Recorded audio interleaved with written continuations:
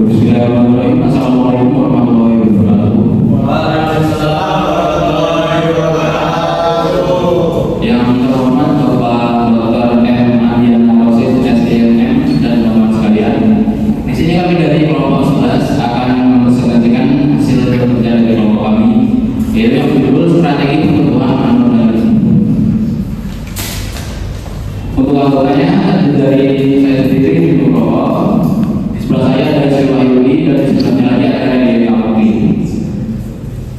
Dan untuk materi pertama disampaikan oleh Sri Wahyudi.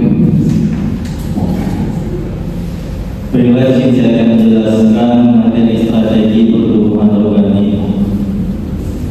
Yang pertama yaitu definisi. Strategi pertumbuhan organik merupakan pendekatan dalam manajemen strategis yang digunakan oleh perusahaan untuk memperluas skala operasional, meningkatkan pangsa pasar, serta memperkuat posisi kompetitifnya melalui cara-cara eksternal. Pendekatan ini berbeda dari pertumbuhan organik yang lebih mengandalkan sumber daya dan kapabilitas internal perusahaan. Dalam strategi pertumbuhan organik, anorganik merupakan perusahaan tumbuh dengan menggabungkan diri atau benar-benar mengakuisisi, menjalin aliansi strategi atau melakukan integrasi baik horizontal maupun vertikal dengan perusahaan lain. Proses tersebut dilakukan dengan tujuan mempercepat pertumbuhan perusahaan yang sulit dicapai hanya dengan pengembangan internal. Berikut jenis strategi pertumbuhan organik. Pertama yaitu merger, merupakan suatu proses penggabungan dua atau lebih perusahaan menjadi satu entitas ekonomi dan hukum yang baru dengan tujuan menciptakan organisasi yang lebih besar, lebih efisien dan lebih kompetitif. Dalam merger, kedua perusahaan biasanya sepakat untuk menggabungkan seluruh aset, kewajiban, sumber daya manusia, serta operasi bisnisnya ke dalam satu perusahaan yang akan melanjutkan kegiatan usaha bersama. Dan merger ini terdapat jenis-jenis. Yang pertama merger horizontal, terjadi apabila satu perusahaan menggabungkan diri dengan perusahaan lain dalam jenis bisnis yang sama. Kemudian ada merger vertikal, yaitu penggabungan perusahaan yang memiliki keterkaitan antara output maupun pemasaran. Selanjutnya conglomerate merger, yaitu penggabungan dua perusahaan yang sejenis atau dalam industri yang sama tetapi tidak produksi produk yang sama maupun tidak ada keterkaitan pemasoknya. Dan yang terakhir conglomerate merger, yaitu penggabungan dua atau lebih perusahaan dari industri yang berbeda. Lalu yang materi kedua yaitu akuisisi. Akuisisi adalah salah satu bentuk utama dari strategi pertumbuhan anorganik, yaitu strategi di mana suatu perusahaan memilih untuk tumbuh dan memperluas operasi bisnisnya melalui pengambilan perusahaan lain, bukan melalui pengembangan atau organik. Dalam konteks ini, visi memungkinkan perusahaan untuk secara cepat mengakses pasar baru, teknologi baru, sumber daya, basis pelanggan, atau bahkan meliminasi pesaing tanpa harus membangun dari awal.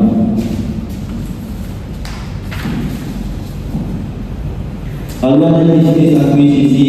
Pertama, akuisisi horizontal, yaitu akuisisi yang dilakukan oleh suatu badan usaha yang masih dalam bisnis yang sama. Kemudian akuisisi vertikal, yaitu akuisisi pemasok atau pelanggan badan usaha yang dibeli. Lalu yang ini juga akuisisi konglomerat, yaitu akuisisi badan usaha yang tidak ada hubungannya sama sekali dengan badan usaha pembeli. Lalu kemudian ada klarifikasi berdasarkan objek yang akuisisi dibedakan atas dua, yaitu akuisisi saham. Akuisisi saham merupakan salah satu bentuk akuisisi yang paling umum ditemui dalam hampir setiap kegiatan akuisisi. Cara ini dilakukan dengan membeli saham perusahaan yang ingin diakuisisi, baik dibeli secara tunai ataupun menggantinya dengan sekuritas lain atau saham atau obligasi. Lalu yang kedua yaitu akuisisi aset 12. Apabila sebuah perusahaan ia dapat membeli sebagian atau seluruh aktiva atau aset perusahaan tersebut.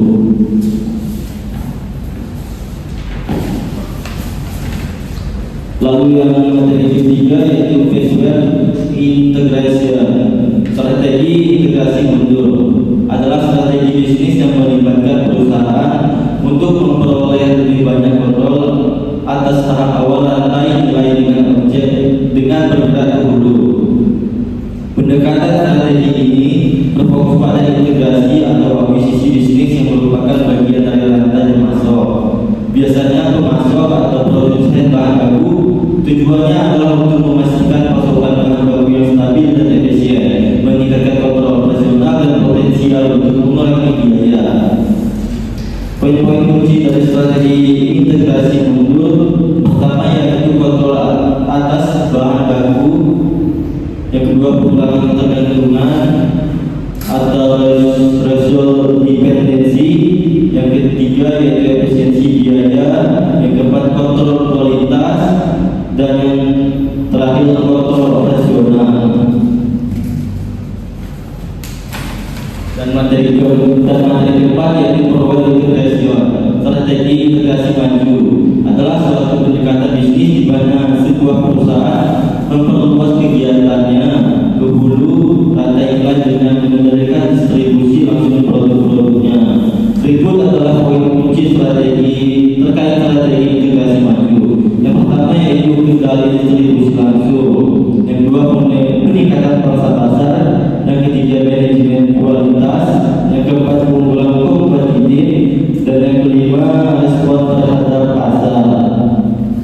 Mungkin itu saja yang materi yang dapat saya sampaikan. Saya alihkan kepada Randy.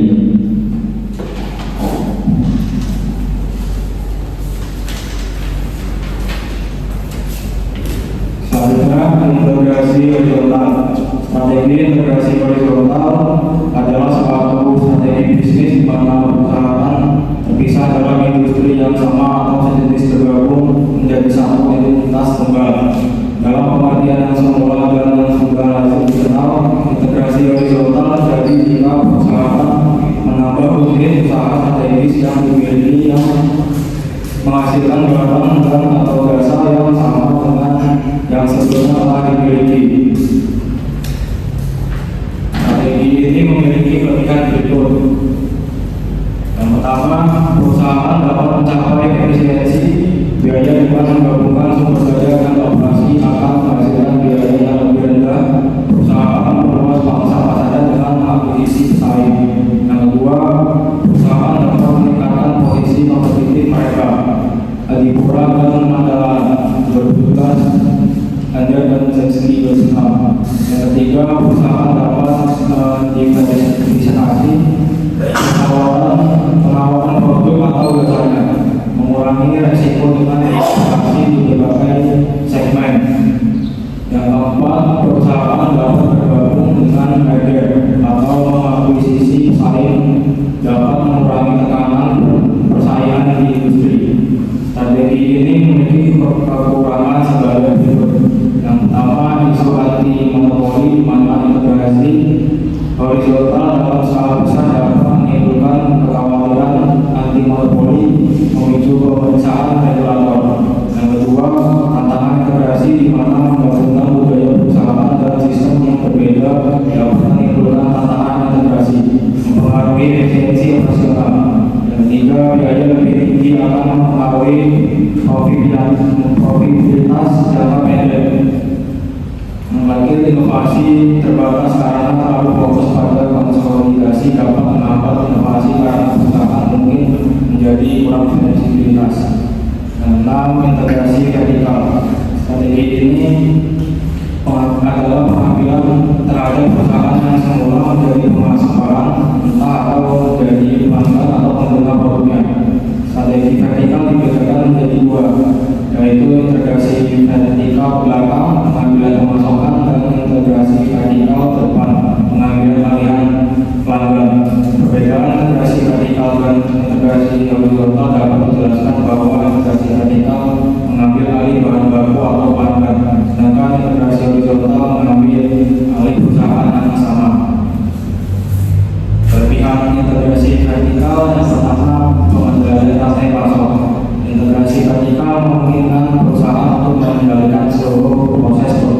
mulai dari bahan baku hingga distribusi akhir. Yang kedua, efisiensi biaya dan operasional. Dengan menghapus peran pihak ketiga seperti pemasok dan distributor, perusahaan dapat mengurangi biaya secara transaksi seperti margin keuntungan distributor, biaya logistik eksternal, dan biaya administrasi tambahan. Yang ketiga, keamanan pasokan dan produksi. Perusahaan tidak lagi bergantung pada pihak luar dalam pasokan bahan baku atau penyaluran produk. Yang keempat, peningkatan kualitas dan konsistensi produk. Integrasi vertikal memberikan peluang untuk menerapkan standar kualitas yang konsisten dari hulu ke hilir. Yang kelima, akses langsung ke konsumen dan data pasar. Melalui integrasi depan forward integration, perusahaan dapat berinteraksi langsung dengan konsumen akhir melalui retail, platform digital atau outlet resmi. Kekurangan integrasi vertikal yang pertama, biaya investasi awal yang tinggi. Mengambil alih atau membangun unit baru dalam rantai pasok memerlukan investasi besar dalam bentuk pembelian aset, rekrutmen karyawan, pengembangan sistem, hingga biaya pelatihan. Yang kedua, risiko kehilangan fokus. Ketika perusahaan memasuki bidang usaha yang bukan inti kompetensinya, seperti dari produksi ke distribusi atau sebaliknya, terdapat risiko kehilangan fokus. Yang ketiga, fleksibilitas yang rendah. Struktur perusahaan yang vertikal dan terintegrasi menyebabkan sulitnya beradaptasi terhadap perubahan pasar, teknologi, atau kebutuhan konsumen. Yang keempat, kompleksitas operasional. Integrasi vertikal meningkatkan kompleksitas dalam manajemen seperti koordinasi antar unit, konflik kepentingan internal, dalam tantangan dalam pengambilan keputusan. Yang ketujuh, diversifikasi konsentrik. Menurut David, tahun 2004 diversifikasi konsentrik adalah menambah produk atau jasa baru, tapi berhubungan secara umum disebut diversifikasi konsentrik atau terfokus. Menurut Edik Wono tahun 1997, diversifikasi konsentrik adalah di mana produk baru yang diperkenalkan memiliki kaitan atau hubungan dalam pemasaran teknologi dengan produk yang sudah ada. Menurut David, tahun 2004 panduan mengenai apa diversifikasi konsentrik bisa menjadi strategi yang efektif, yaitu yang pertama, ketika suatu organisasi bersaing dalam industri yang tidak tumbuh atau tumbuh dengan lambat. Yang kedua, ketika penambahan produk yang baru tetapi berkaitan akan secara signifikan mendorong penjualan produk saat ini. Yang ketiga, ketika produk yang baru tetapi berkaitan dapat ditawarkan pada harga yang kompetitif. Yang keempat, ketika produk baru tetapi berkaitan memiliki tingkat penjualan musiman yang menyeimbangkan puncak dan menambah penjualan yang dimiliki organisasi saat ini. Yang ketiga, ketika produk perusahaan saat ini berada pada tahap penurunan dari siklus produk. Yang terakhir, ketika perusahaan memiliki tim manajemen yang kuat. Yang kedelapan, diversifikasi konglomerasi. Menambahkan produk atau jasa baru yang tidak berkaitan disebut diversifikasi konglomerat. Menurut Jimno tahun 1997, diversifikasi konglomerat di mana produk-produk yang dihasilkan sama sekali baru, tidak memiliki hubungan dalam hal pemasaran maupun teknologi dengan produk yang sudah ada dan dijual pada pelanggan yang berbeda. Menurut Wahyudi 1996, diversifikasi konglomerat menambah produk baru yang tidak berhubungan dengan tujuan memuaskan pelanggan yang sama.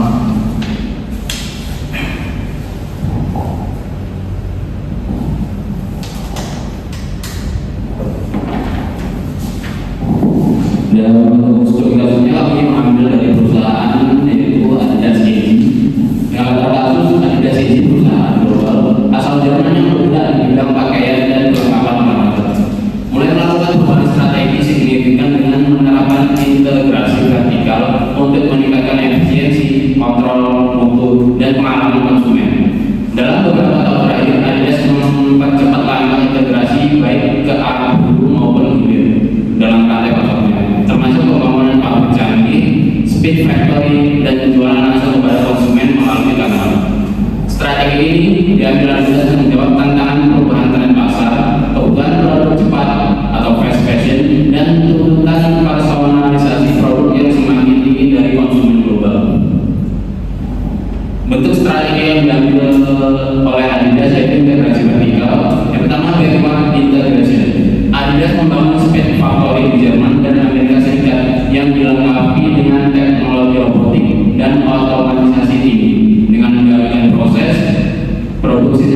Adidas mampu mempercepat time to market, mengurangi ketergantungan pada eksternal di Asia, dan meningkatkan kemampuan adaptasi terhadap tren pasar secara real time. Yang kedua, backward integration. Adidas mengembangkan platform e-commerce yang kuat dan membuka flagship store digital dan fisik di berbagai kota besar di dunia. Penjualan langsung ini memungkinkan Adidas berinteraksi langsung dengan konsumennya, memperoleh data perilaku, kemudian serta menawarkan pengalaman berbelanja yang konsisten dan personal, termasuk produk custom made. Dampak dari strategi integrasi vertikal terhadap keunggulan kompetitif Adidas, yang pertama aspeknya adalah efisiensi produksi. Dampak strategisnya, produksi otomatis di Speed Factory mempercepat siklus produksi dan mengurangi biaya logistik. Aspek pengelolaan mutu, kualitas produk lebih terjaga melalui proses yang diawasi langsung oleh Adidas. Dan inovasi produk, dampaknya integrasi memungkinkan Adidas menciptakan desain personal dan teknologi inovatif seperti 4D printed midsoles. Nah, aspek selanjutnya kedekatan konsumen, dampaknya penjualan langsung memperkuat loyalitas konsumen dan memungkinkan personalisasi. Aspek terakhir, adaptasi tren pasar. Dampaknya dengan data real time dari penjualan langsung, Adidas lebih responsif terhadap perubahan tren model dan olahraga. Untuk kesimpulan kasusnya, strategi integrasi vertikal yang diterapkan oleh Adidas merupakan respon strategis terhadap dinamika integration dan olahraga yang sangat cepat dan kompetitif.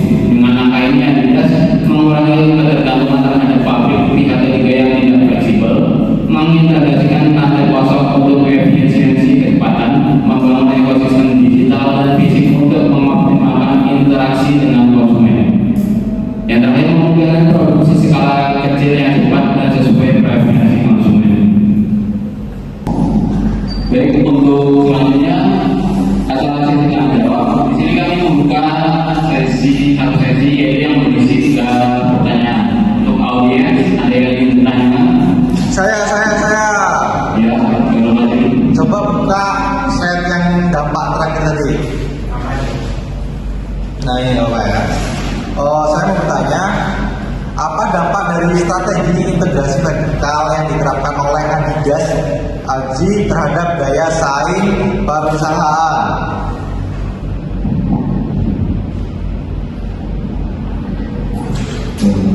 Baik, untuk pertanyaan-pertanyaannya ya juga Pramita. Sekarang saya berkomentar di N221012. Tadi kan sudah dijelaskan mengenai Adidas ya. Pertanyaan saya, mengapa Adidas menerapkan strategi integrasi vertikal dan coba kalian jelaskan hasilnya dari strategi integrasi vertikal tersebut. Baik, untuk penanya-penanya ya Ricky. Ini masih masuk pertanyaan dari Yoga juga. Contoh nyata apa strategi integrasi vertikal yang dilakukan oleh Adidas itu sendiri? Baik, beri kami waktu untuk menjawab pertanyaan dari Yoga.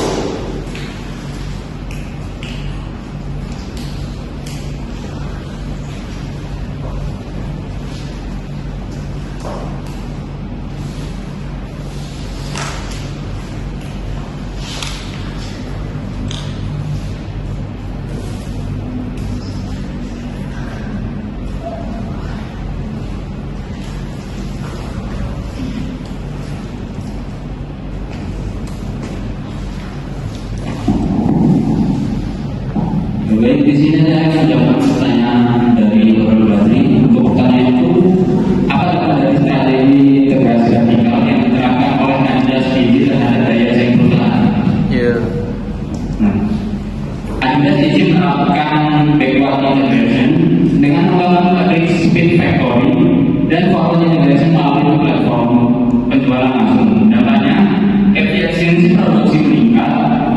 mutu lebih baik, inovasi produk lebih cepat dan personal, hubungan langsung dengan konsumen dan sehingga daya saing Adidas meningkat di tengah dinamika industri fashion dan olahraga global. Bagaimana? Oke.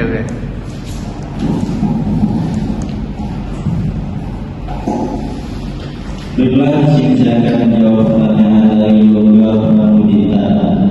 Pertanyaannya yaitu mengapa Adidas menerapkan strategi integritas vertikal dan apa hasilnya? Jawabannya yaitu Adidas menerapkan hardware integrasi dengan membangun space factory untuk kontrol produksi dan program integrasi dengan mengembangkan e-commerce dengan toko fisik untuk penjualan langsung. Hasilnya adalah peningkatan efisiensi produksi, kontrol mutu lebih baik, inovasi produk yang cepat dan personal, serta hubungan lebih dekat dengan konsumen. Bagaimana?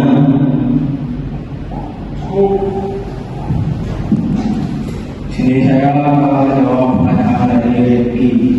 Apa contoh nyata dari integrasi vertikal dilakukan Adidas sebagai? Jawabannya, Adidas melakukan backward integration dengan membangun space factory untuk mengontrol produksi secara langsung dan meningkatkan efisiensi. Adidas juga melakukan forward integration dengan mengembangkan platform e-commerce dan membuka toko flagship untuk menjual produk langsung ke konsumen, mengumpulkan data dan menawarkan produk yang dipersonalisasi.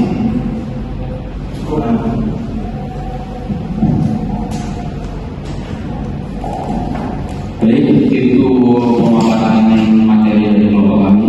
Dan sebenarnya strategi pertumbuhan anorganik merupakan pendekatan penting dalam manajemen strategis yang memungkinkan perusahaan untuk berkembang secara cepat melalui cara eksternal seperti merger, akuisisi, aliansi strategis, dan integrasi baik horizontal maupun vertikal. Berbeda dengan pertumbuhan organik yang mengandalkan